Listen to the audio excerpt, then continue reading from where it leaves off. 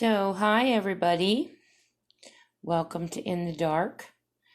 I'm not quite as in the dark tonight as I usually am. I have a few lights on just so you could see me so you're not blind. It's been a little bit longer than I expected. Bear with me here. I have a seasonal business and starting to open it up for the season, and it's been very, very, very, very, very busy. And I have family that has been, for some reason, whenever it gets warm, like all the kids in my family want to be, it's like everybody just gets active, so it's going to be might be some days in between me doing episodes, but I'm really going to try to do once a week. I really am. At some point here, it's been kind of like once every 10 days, maybe a little longer this time, but I'm getting there. I'm trying to sort this out, so just bear with me. Let me get started for the season. My body is just my legs are so out of shape. I started working, and boy, I really got to start walking or something because I feel so just wow. I can't even explain that one, but definitely have to stop being so lazy in the winter. I got some stories tonight to read to you from listeners that sent in some things. I'll read three of them. And I have an interview coming up. I've got several interviews actually. One of them is going to be with my family member, and there might actually be a couple more family members too. And I also have another man I ran into that had some stories about. He said he had, I think, two or three about aliens. And then this other guy messaged me, and he is actually a horror story writer. He writes, I think, books and also for a newspaper. So I'm actually interviewing him tomorrow. So that'll be pretty cool. I'm kind of glad because I have off this week a lot because of the weather, because it's going to be kind of cold, so I won't be out as much. And of course, family will be here more because it's Easter. So I hope everybody has a great Easter too. It's going to be awesome. So it should be pretty cool stuff. Yeah, the horror story writer I guess he had an encounter with a demon. So I'm pretty, which doesn't surprise me. If you're writing horror stories, even kind of like what I do, like you just, you almost kind of wonder if you open up doors. But with me, I'm doing this more because I feel like this is what God wants me to do. I feel that there, that the lack of knowledge and the lack of what people know that's being hidden from them by our government is basically turning people into victims because they're, just living life and walking out the door and taking walks and going hunting and going camping and fishing and, walking around forests and woods and everything. And they have no idea what is really out there and what's around them. And I feel that this is extremely important to inform people.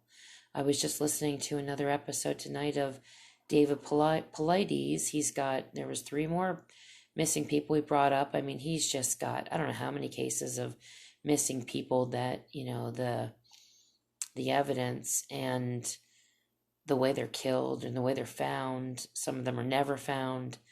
It's very supernatural stuff. This is coming from a man that was a private investigator and police officer his whole life and was approached, just randomly approached by men of the National Forest Association and brought him into this. So he went into this blind, not knowing or believing in anything that was supernatural. And ever since he's done these investigations, he is a firm believer now in, alien abductions and Bigfoot and dogmen. And, he spent time with the Indians to review their legends. And I mean, this just goes on and on and on. So this stuff gets crazy. It gets really crazy. The giants that are being seen over in Afghanistan, even from, I think it's Alaska and Canada borders. They're coming down. They're like 30-foot tall giants holding clubs, that have tusks coming out of their mouth.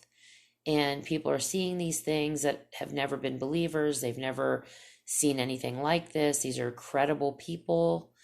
And they're coming out saying, hey, this stuff's real. We've seen it. You can believe me or you don't have to, but I'm here to let you know it's real. So it's just, I think it's extremely important that we get the word out and we spread this word to as many people as we can, even if they say you're nuts.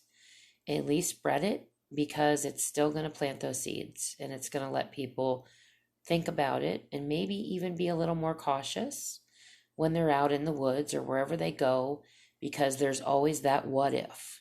What if the stories that I heard have any truth to them? And people do think about this stuff, or at least you warn them. So I think that's really important. We've been having my mate of 24 years now has been having sightings out back again. I know in some of the other episodes I talked about some of the stuff that goes on around my house. I live in a very, it's an interesting area. It's kind of like it's in town, but it's remote at the same time. And we're kind of up on this hill, and it's even hard to get down in the wintertime. And it's kind of foresty, because Pennsylvania is very foresty. In fact, there's been a lot of sightings in Pennsylvania, and he goes out back. We have this garage that's probably, oh gosh, maybe, I'm terrible with dimensions and measurements and stuff, but let's just say it's 100 feet away from the house, and it's a good distance from the house, and it's out back where it's kind of foresty, very private. And he keeps seeing these orbs, and he was just seeing like one or two, and then he kept hearing, he's continuing to hear something on the roof that is like lifting off, and it's heavy. And you gotta understand, the garage is 2 floors, like, so to hear something on the roof is saying something, because we have a whole other second floor on the garage. But he keeps hearing stuff up there and feeling vibration. And he said the other night he went out back, and there weren't 1 or 2 orbs, there were multiples. He said there must have been 5 of them, and there wasn't really a color to them. They were just like almost like translucent, he said, like where you couldn't even really tell a color. They were just these round orbs that were like the size of like a basketball. And he said he just got out of there. He was like, I don't stick around when I see them. It's been very well documented and noted that Bigfoot and dogmen both, that a lot of people will see orbs floating through the forest before they see a sighting or after they see a sighting. So this sounds like it's like a mode of transport for them, like it's some kind of an interdimensional way that they travel. And I truly believe at this point that we very well could have some unknown Bigfoot or dogman activity out back where I live, and we just don't know it. So I really do want to get those cameras up outside, because I think that it would be fascinating to, see if we could catch anything. Although I know a lot of the times they don't let people record stuff, like you can't really get good recordings, if anything at all, or they take it, or, but then there are times when people there's been some really good evidence coming out with a lot of people getting some really good clear pictures and, footprints and stuff like that. I've never seen any prints or anything, but boy, you just get a feeling sometimes when you're out there.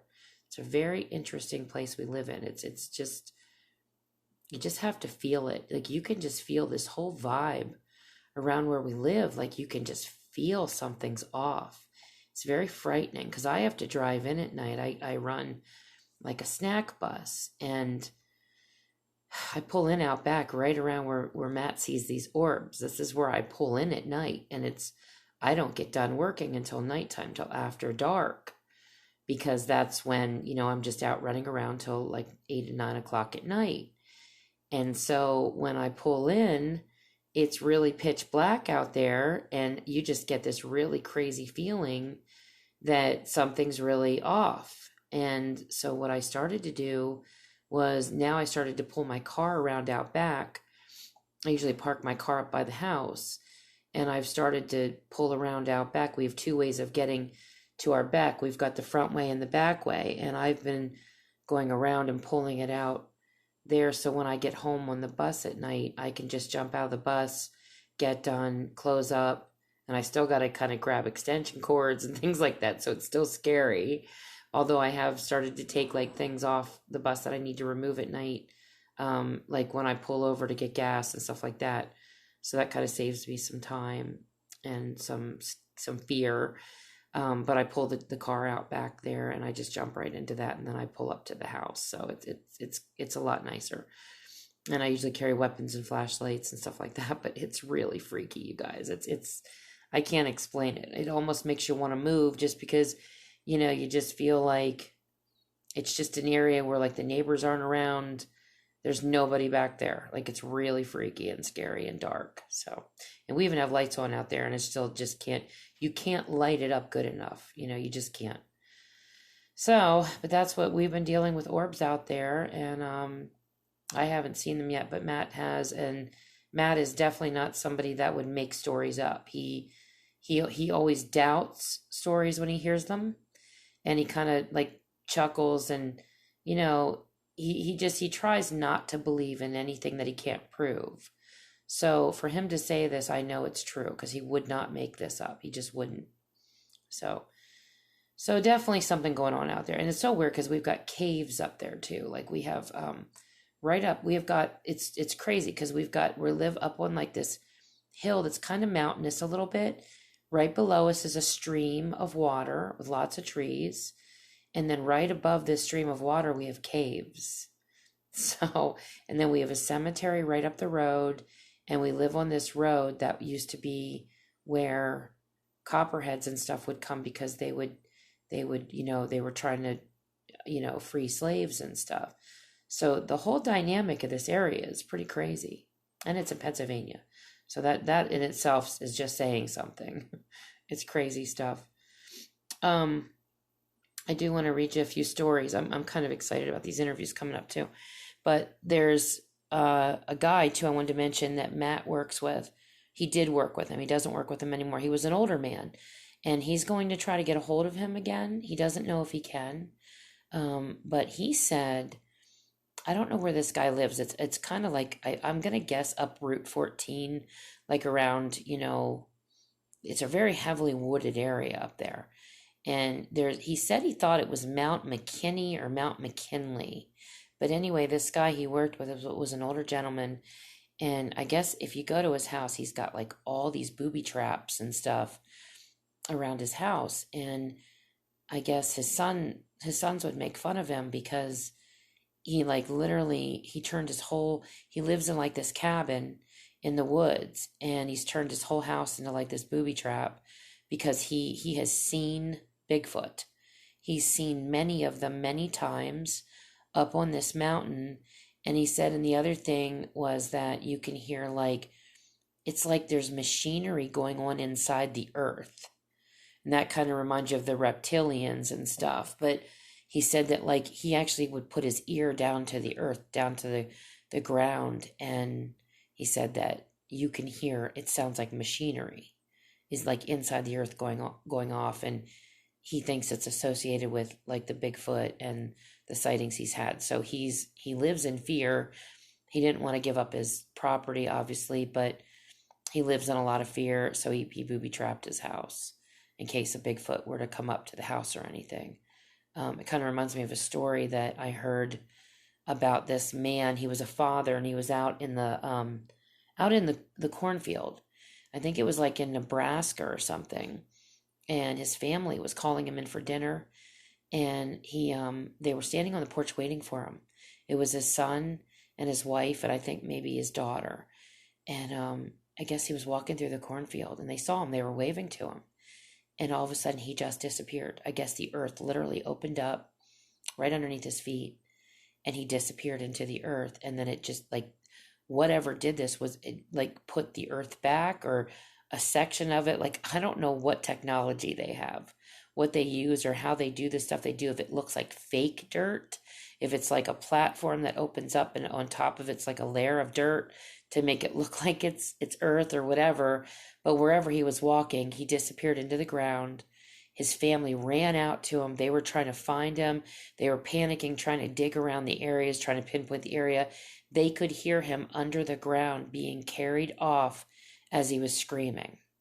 And his voice just got, more far away and more far away. And they could never understand what happened to him. They reported in, and of course, they were told they were crazy. So, like we all are told we're crazy when this stuff happens, because they don't want to, come out with the truth for anybody. So that was an interesting story, but it reminded me kind of stuff like that goes on. So I am going to attempt to read you this one story, hopefully without killing off my camera. I have to try to do this without doing that. So there's a couple of stories I wanted to read you tonight.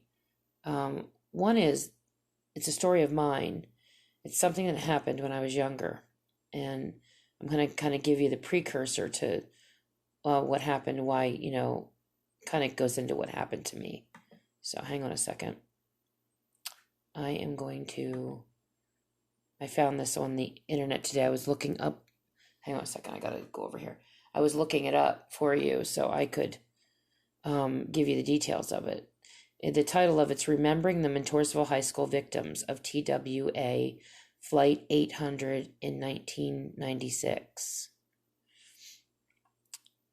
23 years ago, the borough of Montoursville in Lycoming County suffered an unimaginable loss.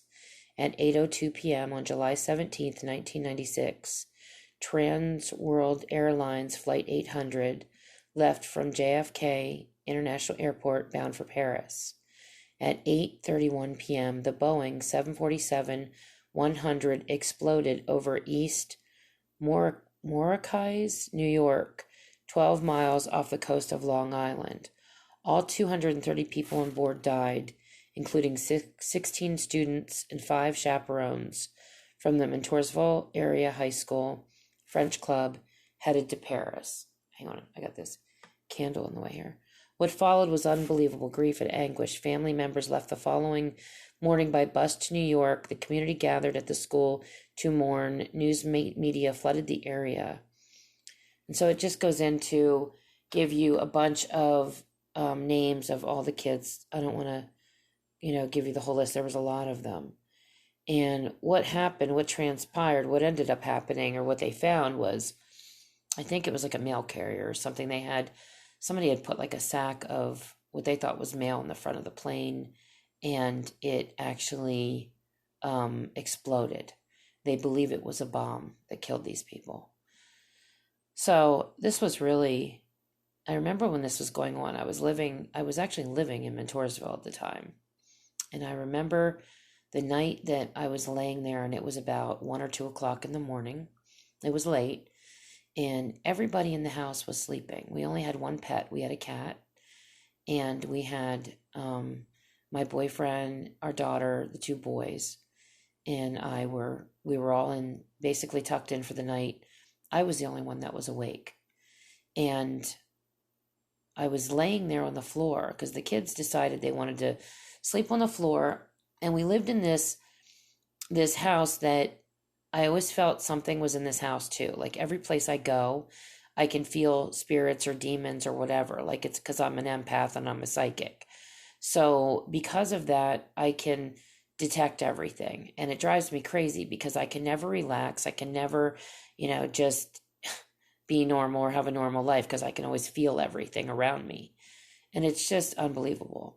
So in this house, I could feel something in the back where the kids' bedroom was. And I just didn't want them sleeping alone back there because I'm really protective with the kids. So I made them all sleep out in the living room with me. And we all ended up on the floor like in sleeping bags and stuff this night. So what happened was I was laying there and I was the only one awake. And I was watching the news about this plane crash, and I just was in disbelief. I had known one of the teachers. I don't know if she was a teacher or a chaperone. I actually believe she was a chaperone, but she might have been a teacher. I knew her personally, and she died in the crash. And I was laying there just in disbelief. I couldn't believe this happened, and I was so sad. And I remember I had a ponytail in my hair. And as I was watching the news, something jerked on my hair really hard with 2 quick jerks. And you gotta understand, 2 o'clock in the morning, not one person is awake, not even the pet. This is while I'm listening to the news about people that were killed in Mentorsville. And I'm living in Mentorsville. I turned around really quick, thinking that, that my boyfriend had gotten up and that he was, wanted me for something or was just being playful and walked by. The kids were laying in front of me. Nobody was in back of me. I turned around and nobody was there.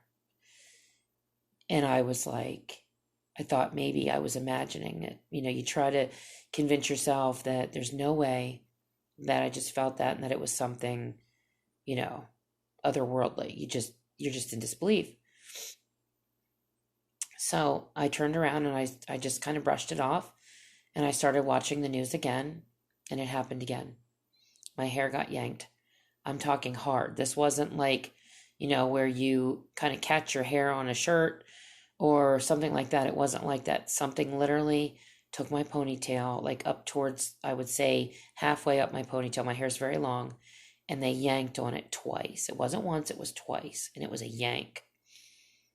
So I turned around really quick, nobody there. I immediately got up, checked the kids, everybody's sleeping, went into my boyfriend in our bedroom. He's sound asleep snoring, and the cat is sound asleep between his legs. And I just, I don't even have the words to describe what this felt like. It was really just unnerving.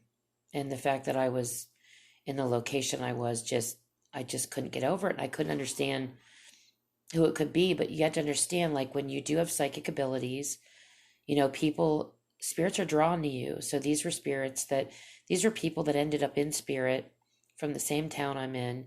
Possibly one of them might have lived around where I was living, and I knew the one woman. So there might have been a chance they were just trying to, reach me. I don't know. It was just really, it was crazy. So I wanted to share that story with you. And it just, I don't know. I can't get over it. It reminds me of the story. There was a, I don't know if you guys remember when 9/11, I know you remember when 9/11 happened. I didn't mean it like that. But when, I think it was the field that they ended up in Pennsylvania. I think these were the people that stopped the flight. They stopped the one flight, they took over the flight, and they risked their lives and gave their lives to get these hijackers to take them down, and and just, they knew they were going to die. So the plane crashed in the field in Pennsylvania, and this group of FBI people were sent, CIA agents, and the one of the agents was a woman, and she said when they got to the field, she said the entire field was littered with angels. She could see these angels in warrior garb.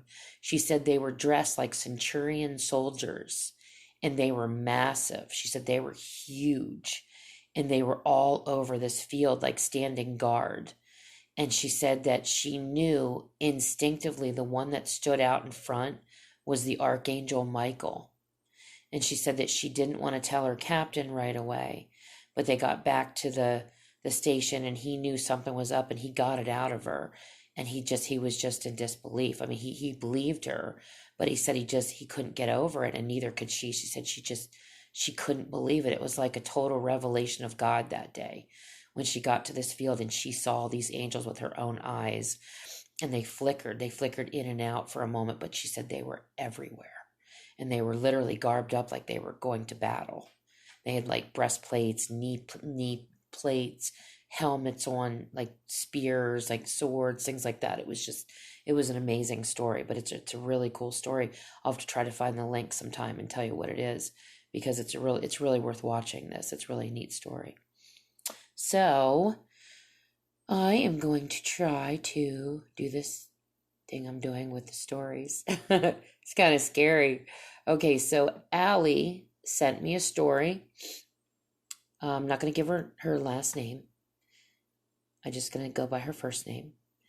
She sent me an email. She said, hey, let me look here. She said she has a story I might be interested in. She says, I grew up in a very Christian household across the street from a church and have always thought, at least on some level, that my childhood home was haunted by something.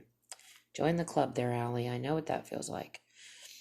It wasn't constant. Sorry, my mouth's kind of dry. It wasn't constant, but I frequently felt a heavy, angry energy in the hallway where the bedrooms and the guest bathroom were. In the room I slept in most of my life, I would fall asleep listening to music on my iPod Nano. One night I was putting it down on the floor, dangling it by the headphones. It was spinning around, and the backlight was circling on the walls like a spotlight. For 3 rotations, I saw the shadow of a man on my wall. He disappeared after the 3rd rotation, but I was scared. She says shitless, and I hate to swear. I ran out to my living room and watched TV with all the lights on until I fell asleep sometime around sunrise. Can't blame her with that one either. I used to do this too. When my older brother moved out, I moved into his old room. I was less scared of his room than mine by a landslide. My dad helped me set up my sound system pretty much as soon as I switched rooms, and I absolutely loved it. My parents went out to volunteer and or go to Bible studies most nights, so when I had the house to myself, I'd blast my music as loud as I could. It's so strange when you hear stories about people that are Christians and you think that that just automatically protects you, but it doesn't always unless you know how to fight these battles the right way. One Friday night, my parents had just left for a Bible study they were supposed to lead. The second I heard the garage door shut, I put on music and cranked it all the way up. A few songs in, I heard 3 very loud, very aggressive knocks at the top of my bedroom door. I checked to see who was knocking, but nobody was there. I called my parents to see if they'd come back, or if they'd even left in the first place, and they confirmed they'd left a while ago. I looked around and saw that the house was completely empty, so I called my friend and wound up spending the night at her place. Fast forward a few years, and in that same room, I had a really strange dream one night. It was from a first-person point of view and took place in my parents' basement. I saw an old woman's hand, gnarled with arthritis, slowly reaching toward my face. She wore red beaded bracelets and had red painted nails. I never saw the rest of her, just her hand and forearm. The feeling of something trying to get my attention woke me up, like when you can feel someone staring at you. I opened my eyes and saw an extremely tall shadow figure standing over my head, slowly reaching towards my face exactly the same way as the woman from my dream. I yelled and jolted back away from the figure, and it just evaporated into thin air.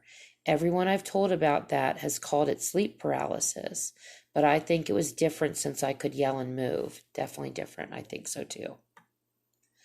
About 2 years ago, a friend of mine and I were taking pictures of a spooky-looking church in the middle of the night around 2 a.m.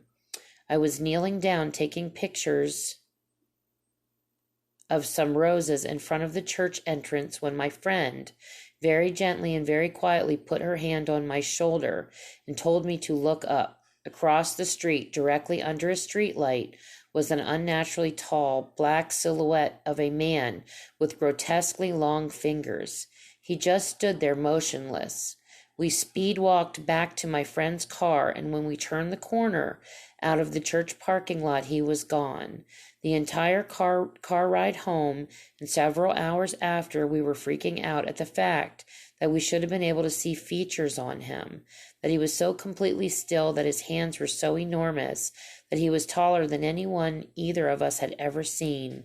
Neither one of us have seen anything like it since, but he reminded me of the figure I woke up to seeing standing over my bed.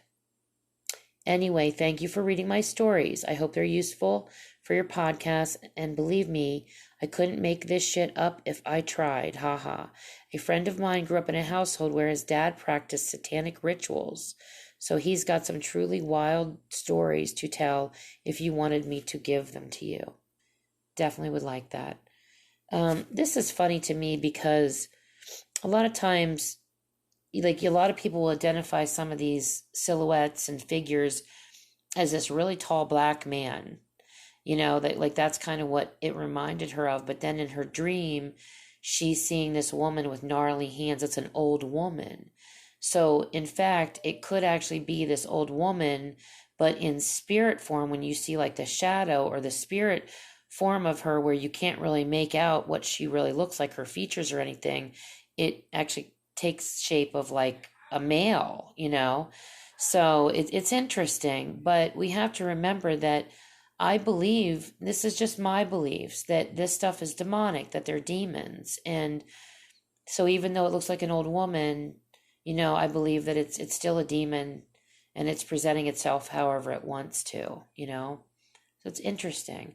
But I enjoyed that story. I'm definitely going to message her back and see if I can get her to tell me the other stories. Now, I had a girl today that messaged me. Believe it or not, her name is actually Lilith. And that really freaked me out at first. No offense, Lilith, if you're listening to this, because, supposedly the first female that was created was not Eve, and it was actually Lilith, who did not like God's laws and rules, and she actually, like Satan and his crew and the Watchers, fell away from God and became evil, and supposedly is like the first succubus or whatever, but she's supposed to be a demon.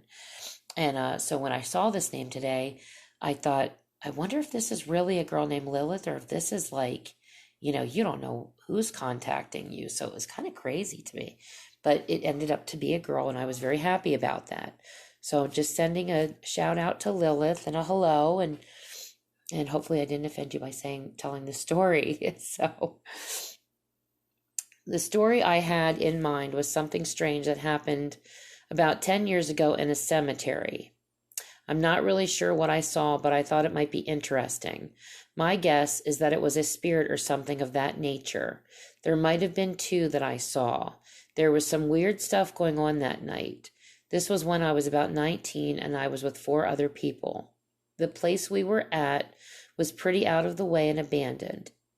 It's this moonlit night about 1 a.m., and exploring this old place seemed like a good idea. Yeah, we all think that. We were standing on one of the cement pathways that cut through part of the cemetery, which was fairly large.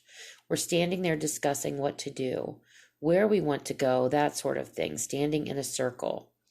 After about 5 minutes, I noticed what I at first thought was a person behind one of my friends. It stood up as though it had been behind a low wall, and at first I thought that's what had happened. It stood up, stared at us, then crouched down a little, walked along the path behind my friend, and as it got closer to where we were, it got to where some of the moonlight was starting to catch it. This was near some trees, so it was difficult to see much until it got into the light. When it did, it startled me a bit because it looked decayed and somewhat skeletal. Oh, some of the stuff's freaky, isn't it? Stuff is crazy. Give me a second here. I have to get this up here. I started fumbling with my flashlight, and the thing turns and walks back the way it came, ducking out of sight. I shined the light toward it and didn't see either it or a low wall. Just open area where it didn't make sense for it to have vanished. My friend next to me looked at me, and he says, "You saw that too?" At this point, I'm pretty freaked out because now I'm pretty certain it wasn't human, whatever it was, especially because of this disappearing act. There was nowhere for anyone to run and hide, especially not in the span of the roughly 4 seconds it took for me to get my light on it. The rest of us stood there. I told them what I saw. We stupidly decided to remain in the cemetery to look around. This was about 2009, so smartphones weren't as common, and we didn't have a way to take video or anything. We ended up splitting up, and I went with 2 people. 2 others went a different way. About 20 minutes later, I hear one of the others in the second group shout on the other side of the cemetery. Then he and the guy he's with come running back to the rest of us, claiming that the same thing I saw minutes before was following them around by an old burial vault. They claimed it was keeping its distance and disappeared behind the vault at one point, but obviously I didn't see that, so I've only got their word for it. That was enough for us, and we decided to leave. On the way back to the car, I spotted this humanoid figure lurking behind some headstones. Some of those ones with statues on them, the tall, fancy-looking ones, that sort of thing. I didn't stop to try and get a good look at this time, since now I just wanted to get out of there ASAP. It seemed like the same thing I'd seen, and this time it looked like it was creeping toward us as we made for the car. I didn't see anything beyond that. We just hopped in the car and got out of there as quick as we could. Probably not the most exciting thing, but it happened. I think any story is exciting, really, guys. I don't judge the stories, really. I just read them because, it could touch anybody. I mean, people go through very similar experiences, and it's very important. Okay, give me 1 second. I'm going to take just a little drink here. Give me a second here. Not much left in there. Okay. I have this other story too. An apparently haunted object. Now, this is a good one because I had this happen to me. An apparently haunted object. I guess I'll throw this one in here too. Oh, this is the good one. This was something that went on for about a year. Pretty much what happened is a friend of mine, his sister, she found this bronze skull at some shop somewhere. One of those weird decorative ones or something. I'm not really sure what it was. The sister didn't really talk about where it came from, just that it had belonged to someone else at one point. My friend had it for a while. We didn't pay it too much attention. That sort of thing. At some point, we started noticing some weird things going on at his house, things that hadn't happened before. First, it's minor, like weird noises and stuff. Things you just dismiss because they aren't that unusual. What we couldn't ignore, though, was the occasional disembodied voices. He started thinking the house was haunted, but to his relief, he was set to move in with a roommate to another location. So he just kind of stuck it out. But the activity continued at the new place, and then we started to suspect the skull was at fault since it was what showed up at the time this all started. The newest addition, that sort of thing. One night, I'm at his house alone, no TV or anything, and just out of nowhere, I hear what sounds like a guy hacking up a lung out in the living room. I'm sitting in a chair and in his room at the time reading a book, and it made me think for a moment that someone had broken in. I took out a pocket knife and went to look, fully expecting to find someone there, but there wasn't anyone there. This was a tiny little duplex, one bedroom. The kitchen and living room were basically one room. There was no way someone could have hid from me. The floors were hardwood. They creaked pretty much anywhere you stepped. I didn't hear anything like that except from me. My friend comes back an hour later, and I hear that he and his roommate had been seeing weird stuff. Apparently one night they had happened to glimpse a human-shaped shadow moving in the hallway. After a while, he got sick of whatever was going on and asked me to take the skull just to see if the activity would stop. It did. For him, anyway. I'd barely had the thing at my house for 2 weeks, and I didn't tell my roommate what was going on since I thought I wouldn't have it long. It stayed at my place for a few months, though. One night, my roommate is gone for the evening, and I'm sitting in the kitchen and start hearing the drawers in my bathroom opening and closing. It's something you get used to because you hear the person you live with using the drawers all the time, but it was just me that night, and honestly, I about had a heart attack. I about had a heart attack. I tried for weeks to get something on camera, but nothing happened when the cameras were running. That's typical. Sometime later, I was home with my roommate. They were asleep. It's about 2 a.m., and I heard what sounded like someone moving things around in my room. I noticed a few books and binders out of place, but that was it. Oh, this stuff gets crazy. I checked in on my roommate. They were still sound asleep. Weeks later, I come home at about midnight. Roommate's away again. I turn on a lamp in the pitch black living room, and as soon as I take 3 steps away from it, the lamp shuts off. It's one of the It's one of those switches you turn to adjust the amount of light. I'd put it at max, so 3 clicks, and when I walked away, I heard the switch click and went running out of the house since I heard footsteps near me. Took me about a minute of standing on the porch to calm down enough to go back in. I turned the light back on, and when I did, I noticed movement in my room and saw a shadow figure moving further inside the door. Needless to say, that was the last night I kept that skull around. I called someone to come get it the next day since my friend did not want it back. Surprise, surprise. So I told the story to another friend. He took it, and to this day he has it, and I guess he's just fine with the weird stuff that happens. His Marine brother saw the same shadow figure walking around one night and apparently was uncharacteristically scared when he told my friend what he'd seen, or so I was told. There's a ton of little details to that story like that. The skull was passed around to like 5 different people, all of them claiming to see similar things. Okay, and she writes me another email, and she's told me that there's more to the story and there's also other stories. So I'm definitely going to be in contact with her about, the rest of these stories.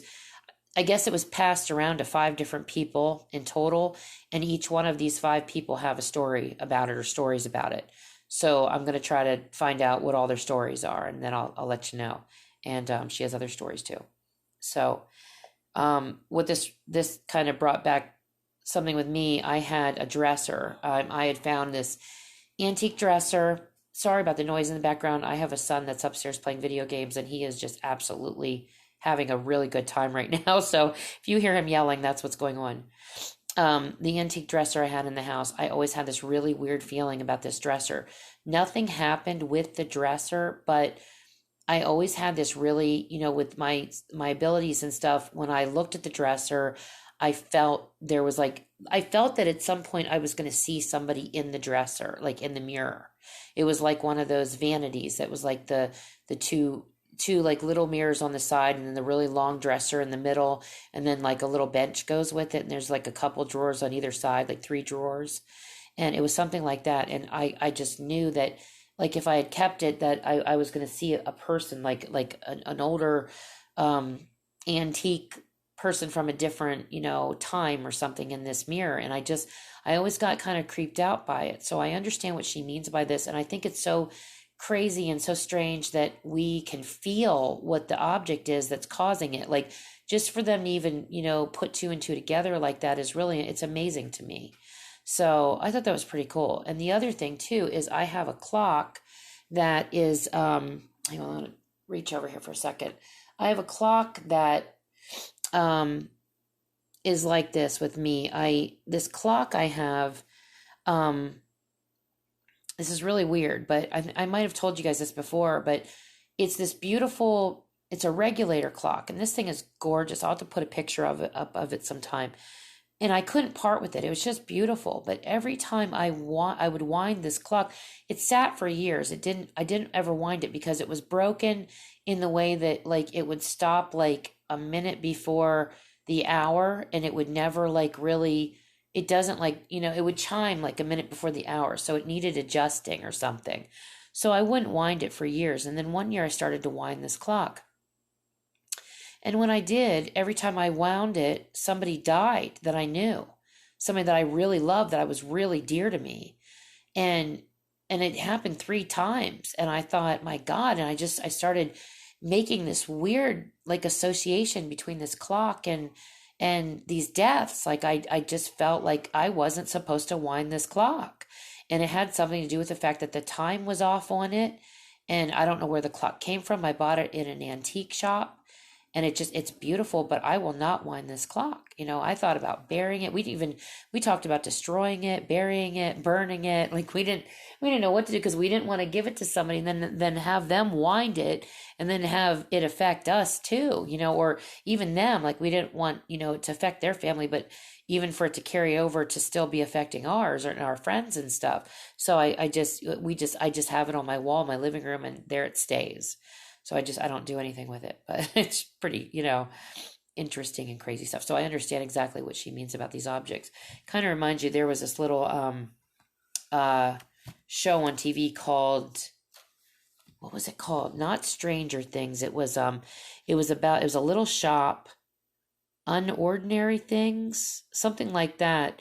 It was a really good show I used to watch, and it was this shop, antique shop filled with like, like that Annabelle doll, and it wasn't that doll, I don't think per se, but it was like just stuff like that. But I know that like that's in a museum and stuff like that, but it was a shop that had all these objects that were haunted. They're basically haunted objects or objects that could be the most ordinary thing. It could be just a pen.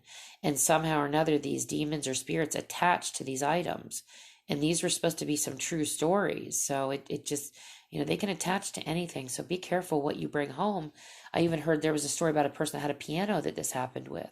There's a lot of stories about that stuff. So be careful what you buy and what you bring home. Even like tribal masks and, got even music and movies and stuff. Things can have spirits attached to them that can really hurt you and affect your life and your family and your home and stuff. So be careful, you guys. So that's all for tonight. I've overdone my time. I like to stick to 35 minutes, but I've gone to 45, which is awesome. I'm glad that you guys got a little extra. I owe it to you because I've been kind of, slacking a bit with trying to get on here when I should. So I will see you guys soon. Talk to you soon. And hope everybody has a wonderful evening. And hopefully I will be back within a week. I'm going to try for Fridays again. Just pray for me that I'm strong and make it through my work weeks, and I can have extra energy and time so I can do my podcast. I don't want to slack with this. This is really important to me. So you guys take care. God bless you all, and I will talk to you soon. Bye-bye.